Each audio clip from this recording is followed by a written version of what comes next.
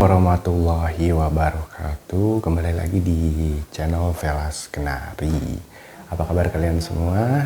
Gue harap kalian semua dalam keadaan baik dan sehat saja tentunya ya.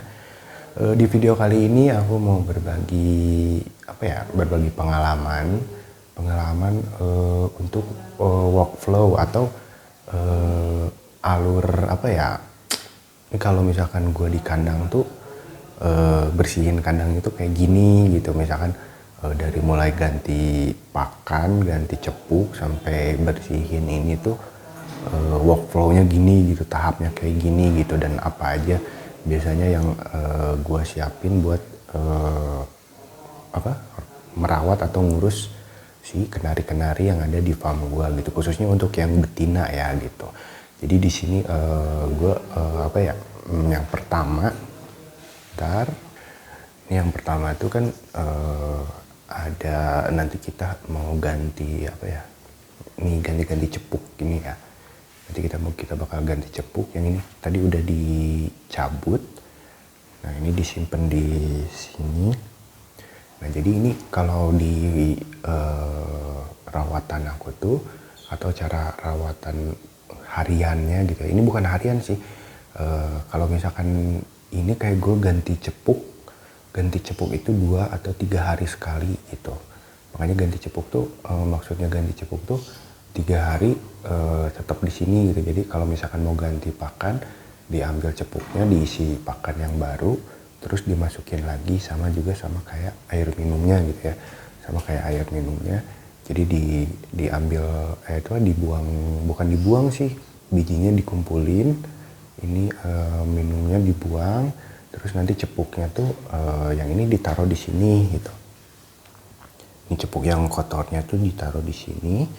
Nah, nanti yang ini yang udah dicabut ini nanti kita ganti sama yang ini gitu, yang udah ada di sini gitu. Yang ini untuk pakannya, yang ini untuk minumnya gitu. Kenapa pakan dan minumnya ukurannya berbeda?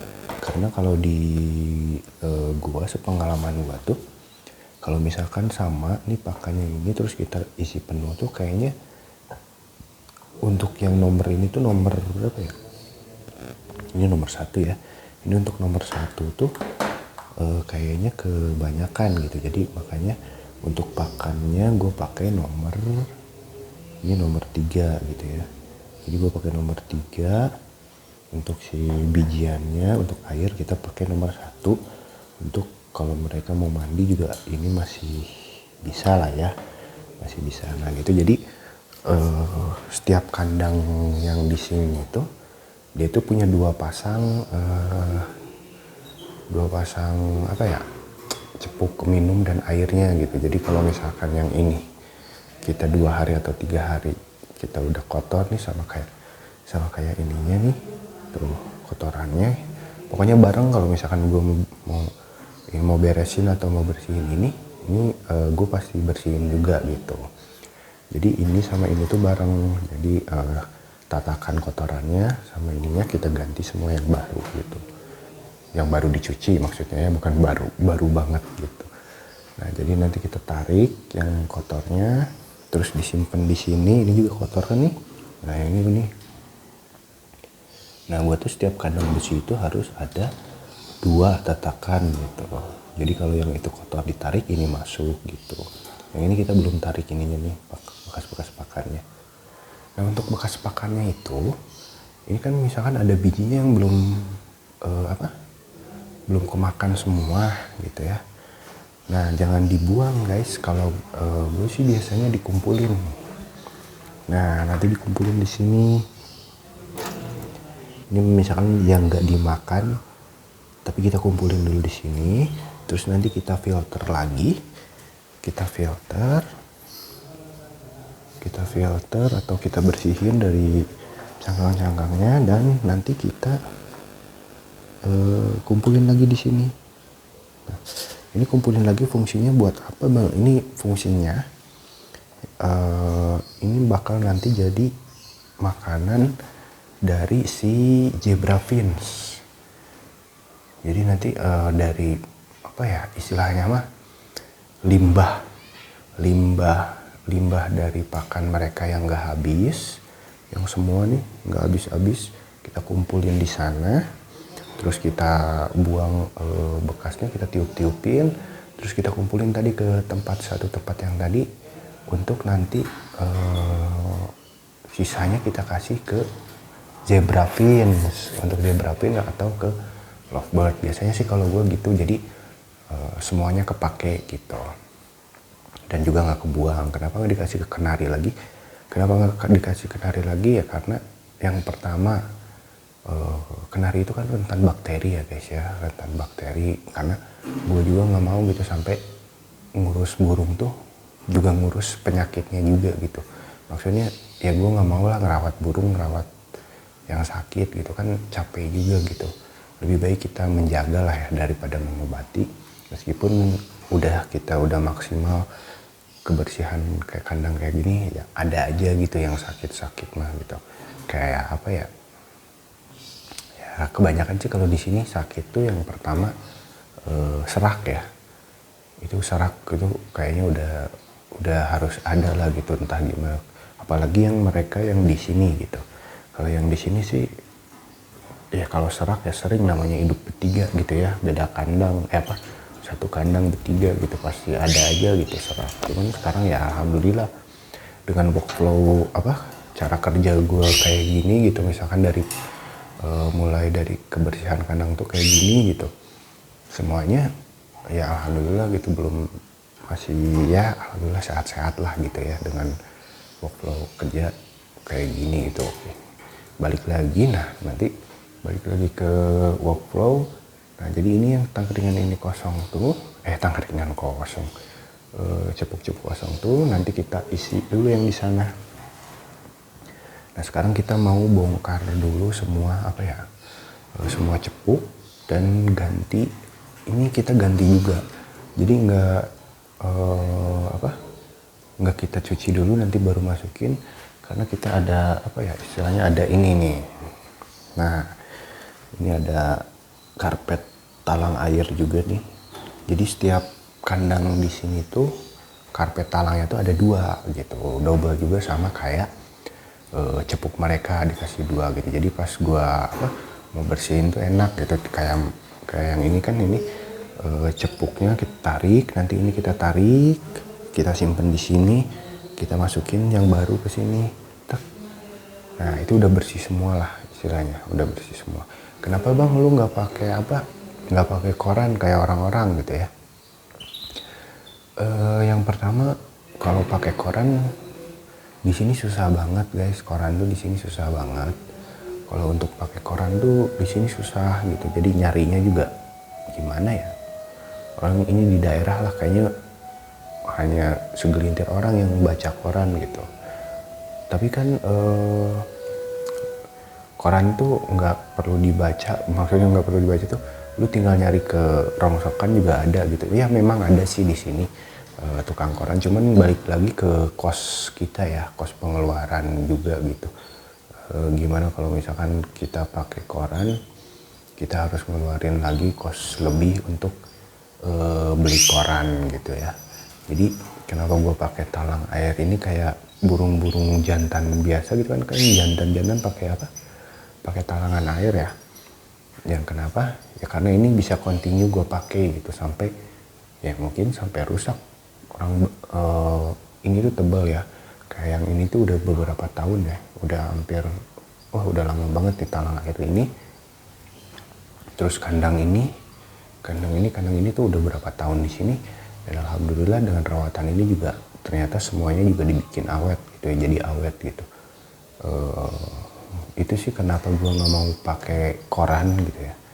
Yang pertama yaitu menghemat lah ya, menghemat. Jadi ini tuh yang nanti yang kotor kita satuin dulu di sini. Si karpetnya. Si karpetnya kita simpen di sini, nanti kita siram airnya, kita tunggu beberapa menit dulu.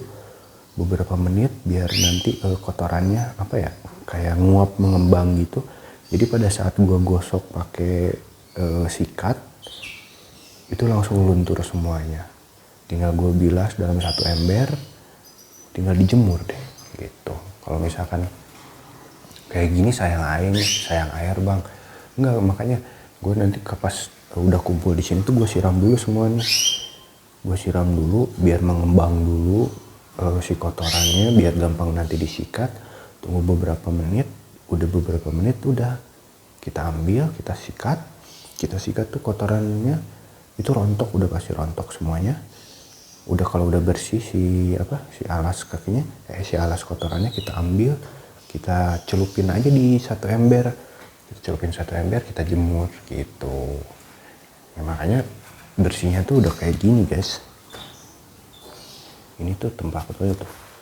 Ini tuh udah jadi bersih lah istilahnya.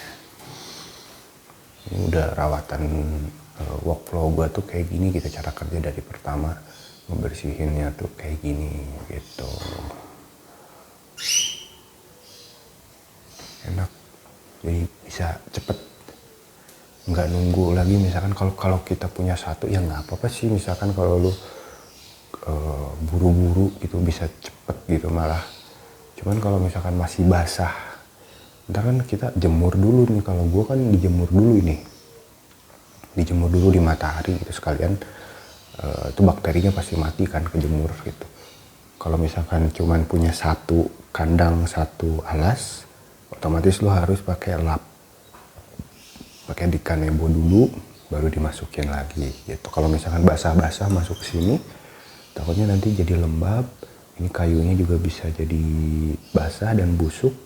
Kalau udah basah lembab itu biasanya mengundang kutu ya guys ya, karena kenari itu juga sama rentan kutu, makanya gue punya setiap kandang ini alas ininya tuh gue harus 2 gitu. Jadi ini keluar yang baru masuk, ini keluar yang baru masuk gitu, semuanya kayak gitu. Nah nanti ini kita keluarin aja nih yang ini airnya, terus cepuk makannya kita ganti-ganti semua. Ini kan udah kotor-kotor nih, soalnya kalau mereka bertelur otomatis kotorannya itu kayak cair atau mencret gitu. Kecuali kalau yang udah lama nih, kalau yang udah lama dia udah kering, malah kotorannya juga sedikit gitu. Nih kayak yang baru bertelur ini kotorannya basah banget gitu. Jadi 2 hari maksimal 3 hari tuh kayaknya harus udah dibersihin gitu. Ini untuk workflow gua kayak gitu aja sih. Bisa kalian terapin juga caranya gitu di farm kalian. Kalau gue sih sejauh ini enak banget gitu, malah bisa jadi cepet gitu ya. Jadi gue tinggal ganti semua cepuk dan tetakannya dari bawah sampai atas, tinggal dikumpulin di satu tempat, terus masukin yang baru di ke sebelah sini, terus gue sapu-sapu. Udah bersih semua, pakan udah masuk, minum udah masuk, udah gue sapu semua. Nah gue tinggal bawa ini ke bawah, tinggal dicuci, dijemur, udah. Mereka udah tinggal tenang aja, tinggal makan gitu. Oke, mungkin video kali ini gitu aja. Gue cuman mau berbagi workflow kerja gue gitu ya, workflownya, tahap-tahapnya untuk perawatan kenari itu dari bersihin kandang sampai ganti pakan tuh gitu. Ini bukan tips ya, cuman ini gue berbagi nih. Ini cara kerja gue tuh kayak gini dan enak banget gitu kalau misalkan kalian mau mengaplikasikannya ke cara kerja kalian juga gitu ya. Terima kasih buat kalian yang sudah menonton video ini. Jangan lupa di like, di komen, di subscribe juga. Mohon bantuannya untuk subscribe ya guys ya, biar gue makin semangat buat videonya. Buat teman-teman yang pengen dibuatin video, bang coba bikinin video cara rawatan burung mabung Oke, nanti kita bikin gitu misalkan. Boleh kalian langsung ditulis di kolom komentar aja ya. Terima kasih sekali lagi. Gue Yora Velas Skenario Nur pamit. See you and goodbye.